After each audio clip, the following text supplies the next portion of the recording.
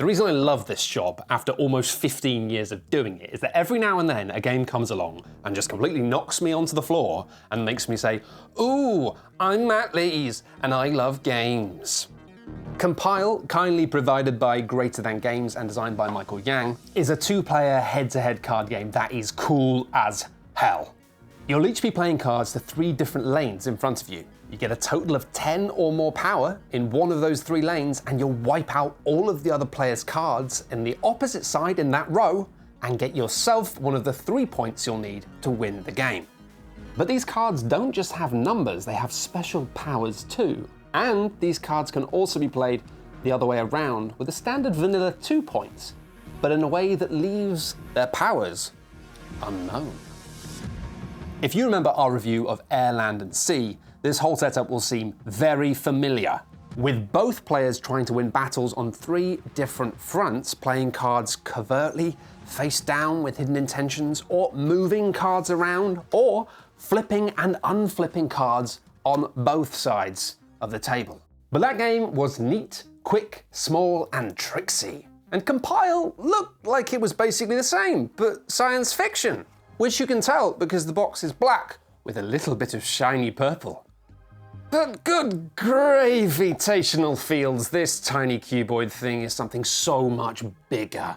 This is like if Air, Land and Sea had a baby with the Matrix, and that baby came out wearing a full leather trench coat and wraparound shades. This is the kind of baby that you see feeding ducks down the ducky pond, and you're like, I want that baby. I'm bored of our baby. Give me the cool baby.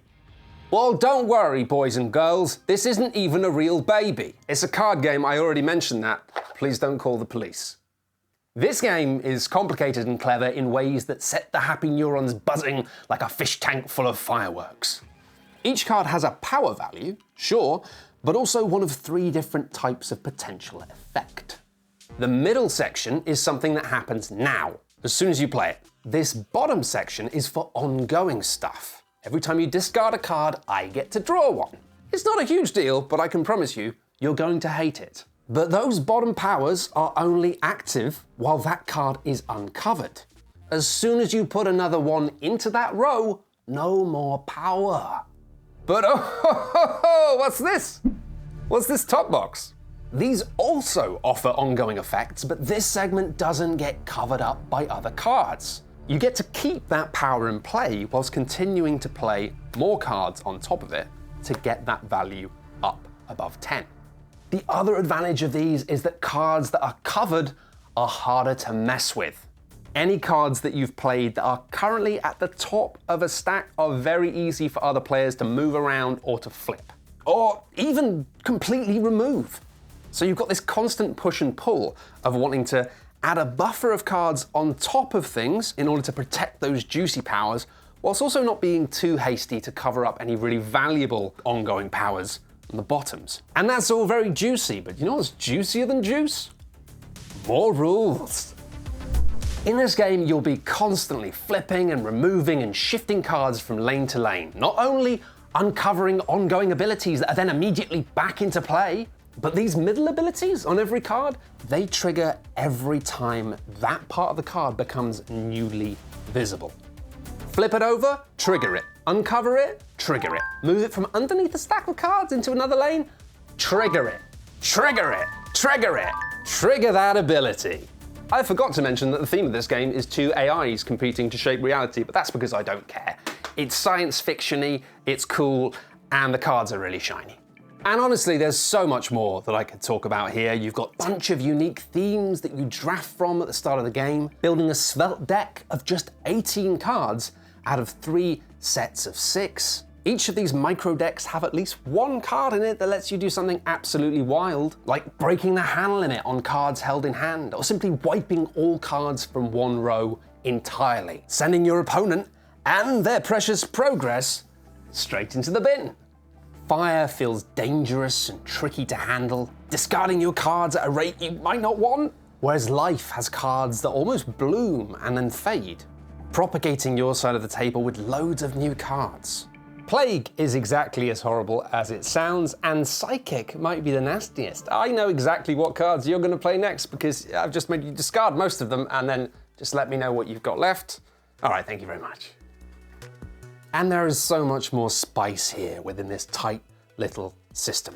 Delete one card from each other line? Wow, that. To win, you need to compile in all 3 of the lanes on your side of the table, and you can only play cards to a lane if it matches the category at the top of that lane. But while these built-up stacks of cards aren't easily shifted, you can quite easily move the objectives themselves around the table, getting yourself to the cusp of winning a battle on one front before swapping it out for a different objective at the last minute. Even wilder than this, you can just as easily move around your opponent's objectives, waiting until they're ready to do something and then scattering their plans like an irritating goblin. Cyber Kevin is almost ready to compile their 3rd card and win the game, but then Futuristic Susan shifts all of their objectives. Now Kevin has to compile. If you've got more than 10 points, it's never an option. And that means compiling on a card that's already been flipped. Oh. That's not ideal, but there is a consolation prize. If you compile on a location where you've already compiled, how much pile could a compiled pile if a pile... Matthew, it's a family show. Yeah. You don't get a point towards winning the game, but you do get to take a card from your opponent's deck. And that feels amazing. I'm not even mad. I just love stealing stuff. I could ramble on extensively here about the cool tiny interactions and the tactical options available. It's like a buffet of delicious nuts that you just gradually crack open. But the top line with this game is it's just cool. It is red and black rollerblades. It is Call of Duty rank up sound effect.wav. It is Keanu Reeves doing absolutely anything. But does that actually make a difference to the game, that it's cool? Well, actually, yes. We've talked a lot in the past about a phenomenon that's a secret spicy element in any good head-to-head game. That moment where you go, a fine move. It's not about getting to do something powerful. It's about that mutual appreciation, that nod and smile, acknowledging that the other has done something delightful within the system. And that means that ideally you aren't even mad when you're losing. You just got undeniably wrecked in a holistically very satisfying way. The aesthetic here then really does make a difference. The way it makes you want to handle the cards differently, the flavor and flair that it injects into your mind. It adds a pleasing texture to both winning and losing. Imagine for a moment, honestly, just take a second, imagine this. Somebody jumps out of nowhere, a complete stranger slaps you in the face. How does that feel? How does that feel? Now, imagine for a moment that the person who slapped you was none other than our Lord Keanu Reeves. The bodies, the blood, and the exploding boats. This is a tiny 2-player box that effortlessly bleeds vibes. And it is such an easy recommendation. As somebody who loves the idea of being someone who plays Netrunner whilst also unable to embrace the actual reality of being someone who plays Netrunner, this gives me the feeling that I want. It's just such a smart and simple distillation of that energy into a package that's just so much easier to digest. I want to feel like cool Jonathan Netrunner. Of course I do, everybody does, everybody does. This lets me do that with a 2-page manual and a box that, sure, it won't fit into my pocket, but it does look like something that a megacorp might hire me to steal, double-cross me at the drop-off, and then hunt me down to destroy the evidence. And that's cool. Could have been smaller, sure, but there's already one mini expansion available, and leaving room for more in the box, I'm fine with that. I can't remember who it was that said it, but the best puzzles are the ones that make you feel dumb and then make you feel like a genius.